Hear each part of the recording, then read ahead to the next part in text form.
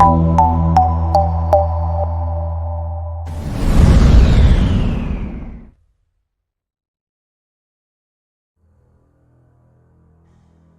seemed to stand still. Wilbur Proud was born to abusive parents and siblings, but he found solace in horror movies. Freddy, Jason, Michael, and Leatherface. He wanted to act out his fantasies, but knew he couldn't. He also learned about the traps from Saw. One day, he met Lori White, who was being abused by her dad. He decided to take action. Wilbur gave her dad a piece of cake with a bomb in it. It exploded, killing him and freeing Lori. Wilbur told Lori, "I snapped after I saw you being bullied by your dad." He then turned his attention to his own parents. He tied them up, placed rats in wooden barrels, heated the barrels, and let the rats eat their way out, killing his parents. He also slit his sisters' necks. 3 years went by. Lori and Wilbur got married, and together, they killed 3,000 people. They even had a daughter, but Detective Bates saw them and arrested them. Wilbur and Lori tried to break free, but couldn't. Their daughter, Ruby, stabbed them. They couldn't go any further.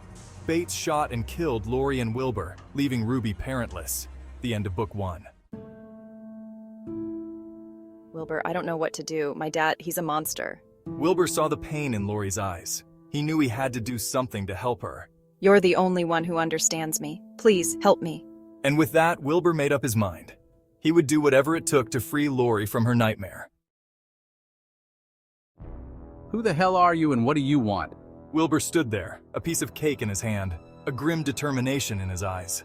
What's this, some kind of joke? Wilbur said nothing, just watched as Lori's father took a bite. Moments later, the bomb inside the cake exploded, ending the man's reign of terror. Lori was finally free, but for Wilbur, this was just the beginning. Wilbur's dark past reaches a horrifying climax. The troubled young man, consumed by rage and hatred, turns against his own family. His father, the man who had tormented him for years, becomes his first victim. But Wilbur doesn't stop there. His mother and siblings all fall prey to his wrath. It's a night of terror that leaves no one in the household alive. The question lingers in the air, but Wilbur has no answer.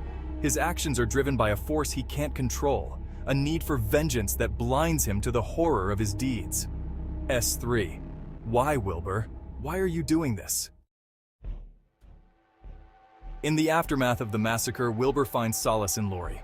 The two are united by their shared pain and trauma. They marry, hoping to start anew. But the darkness within Wilbur doesn't fade. Instead, it spreads. Wilbur, we can't keep doing this. We need to stop. Lori's pleas fall on deaf ears. Together, they embark on a spree of violence that leaves a trail of bodies in their wake. Their love, twisted and corrupted, becomes a catalyst for even greater horrors. Detective Bates, relentless and determined, finally catches up with Wilbur and Lori. The confrontation is inevitable.